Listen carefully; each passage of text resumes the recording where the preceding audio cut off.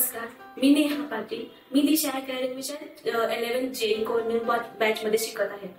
तर मला जेई द्यायची होती. तर आमच्या मनामध्ये होतं की कोणती अकॅडमी प्रिफर करायची.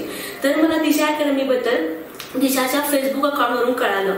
मग तिथून मला कळालं की दिशाचे एंट्रन्ससाठी DSAT नावाची एक्झाम असते. तर मला थोडंफार इन्फॉर्मेशन नुसार हे कळालं की DSAT ही 11th साठी एंट्रन्स एक्झाम असते अकॅडमीमधून. तर मी विचार केला की म्हणजे कोणते नोट्स किंवा कोणते बुक्स प्रिफर करायचे. तर मला कळालं की नाही, त्याच्यासाठी तर फक्त 9th आणि 10th चे SSC बोर्डचे जे बुक्स आहेत, टेक्स्ट बुक्स, ते मी प्रिफर केले.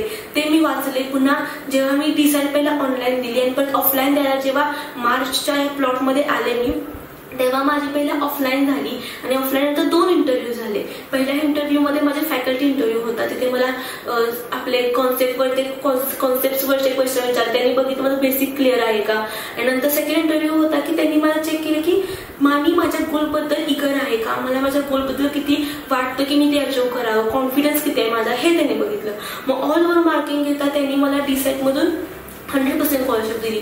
तर DSAT ही एक्झाम म्हणजे तसं म्हणायला गेलं तर ना, तर फायनान्शियली खूप चांगलं आहे. तुम्हाला स्कॉलरशिप भेटते, तुम्हाला फ्री मध्ये शिकायला मिळते, इतकी छान फॅसिलिटी भेटते तुम्हाला इथे. तर DSAT ही नक्की द्यायला हवी. कारण माझं पर्सनल ओपिनियन की DSAT दिल्याने तुमचं जे नॉलेज आहे राहू दे राहायचं स्कॉलरशिप, पण तुम्ही डबल एकदा 10th मध्ये आला तुम्ही डबल 9th चे बुक्स बघता, वाचता, ते तुमचे खरंच बेसिक खूप क्लिअर होतात आणि 11th मध्ये त्याचा खूप फायदा होतो. मला पर्सनली जेव्हा मी 11th मध्ये ते जॉईन झाले तेव्हा बघितलं की खूप सारे जे कॉन्सेप्ट होते ते 9th चे होते आणि त्याच्यामुळे मी DSAT साठी प्रिपेअरसाठी 9th आणि 10th केलं होतं डबल. त्याच्यामुळे मला ते 11th मध्ये आल्यानंतर ते कॉन्सेप्ट मला क्लिअर होते. सो पुढचे कॉन्सेप्ट मला शिकताना मला त्याचा प्रॉब्लेम नाही आला. मला मी पटापट शिकत गेले. आणि इथली फॅकल्टी म्हणायला गेलं तर फॅकल्टी सगळे टॉप IIT NIT मधले पास आउट फॅकल्टीज आहेत. त्यामुळे कधी असं होत नाही की तुम्ही अकॅडमीमध्ये आलाय, तुम्ही त्याचा कॉन्सेप्ट शिकलाय आणि जेव्हा तुम्ही डबल हॉस्टेलवर जाता तेव्हा तुमच्या मनात असं कधी राहणार नाही की यार आज आपण हा कॉन्सेप्ट शिकलो पण मला तर ह्या कॉन्सेप्ट मला काही कळलंच नाही, हा तर डाऊट माझा राहिला, असं तुम्हाला कोणत्याही दिवसाचं भासणार नाही. कारण की जो डाऊट आहे, जो क्वेश्चन आहे, तो तिथल्या तिथे फॅकल्टी क्लिअर करून घेते. आणि जर तुम्हाला हेसिटेट होत असेल तर डाऊट सेशनच्या वेळी फॅकल्टी पर्सनली तुमचा तो डाऊट सगळा क्लिअर करते. सो फॅकल्टी अँड अकॅडमिक्स बद्दल तर मी 100% शुअर आहे की Disha academy is the best. So second point आहे की मी हॉस्टेलमध्ये राहते.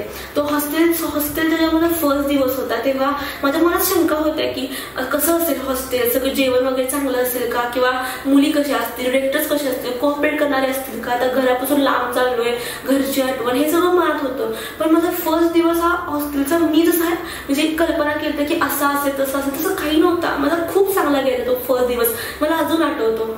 मी जेव्हा फर्स्ट दिवशी गेले, माझे पॅरेंट्स मला सोडून गेले अकॅडमीमध्ये, तेव्हा जेव्हा मी गेले तेव्हा मी शांत बसलेले. पण मी शांत आपली बसलेले एका जागेजवळ माझ्या रूममध्ये. त्या रेक्टर्स आले आणि ती मला म्हटल्या की असं का बसलीस ग. मी त्या म्हटलं की मला अशाची आठवण यायला लागले. मला त्यांनी प्रेमाने जवळ केलं, माया दिली. त्या म्हटल्या की असं नाही करायचं, आपण शिकायसाठी आलो. त्यांनी मला मोटिवेट केलं. सो सेकंड मला असं फील नाही झालं की नाही आपण त्या हॉस्टेलपेक्षा जसं हॉस्टेलमध्ये राहिलोय किंवा घरापासून लांब आलोय, घरापासून तुटल्यासारखं अजिबात मला फील झालं नाही. इथले रेक्टर्स हॉस्टेल इंचार्ज खूप प्रेमाने आमच्याशी वागतात वगैरे. हॉस्टेलचं जेवण असं म्हणता येईल की एकदम सकस जेवण आपण ज्याला म्हणतो, त्याच्यामध्ये विटामिन्स असतात, मिनरल्स असतात, सगळे पौष्टिक अन्न आपण म्हणतो ते पूर्ण पौष्टिक अन्न भेटतं. आणि असं कधी होणार नाही की तुमची जेवणाची वेळ कधी चुकेल. जेवणाची वेळ जी आहे त्याच टायमिंगला बरोबर तुम्हाला भेटणार. आणि हायजीन वगैरे सगळं बरोबर असून, स्वच्छ असून, सगळं प्लेटा वगैरे सगळं स्वच्छ धुवून, सगळं पुन्हा आरोचं पाणी, स्वच्छ पाणी, सगळं हॉस्टेलचं जेवण खूप छान असतं. आणि ना दिशा अकॅडमीचे जे फ्लोअर संपले की सगळ्यात टॉपमोस्ट फ्लोअरला स्टडी रूम असते. त्या स्टडी रूम मध्ये तुम्ही कधीही या. आणि असं आल्यानंतर असं होणार नाही की बाकीच्या मुली अभ्यास करतात आणि एक दोघी दंगा करतात, त्यांच्यामुळे त्यांना डिस्टर्ब होतोय, अभ्यास होतोय, असं कधी नाही होणार. स्टडी रूम मध्ये एंटर झाल्यावरती एकच पर्स्पेक्टिव्ह असतो, फक्त आणि फक्त अभ्यास, बाकी काही नाही. कुणाशी बोलायचं नाही, डिस्कशन नाही, काही नाही, फक्त अभ्यास करायचा.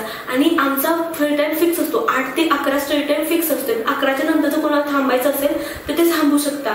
पण स्टडी रूम मध्ये जसा अभ्यास होतो तसा मला असं वाटत नाही कुठं दुसरीकडे म्हणजे अभ्यास होत असेल रूम मध्ये वगैरे. तो ह्या सगळ्यासाठी अकॅडमिक्ससाठी म्हणजे शिकवण्यासाठी मी फॅकल्टी व दिशा अकॅडमीचे खूप खूप म्हणजे आभार मानते. धन्यवाद.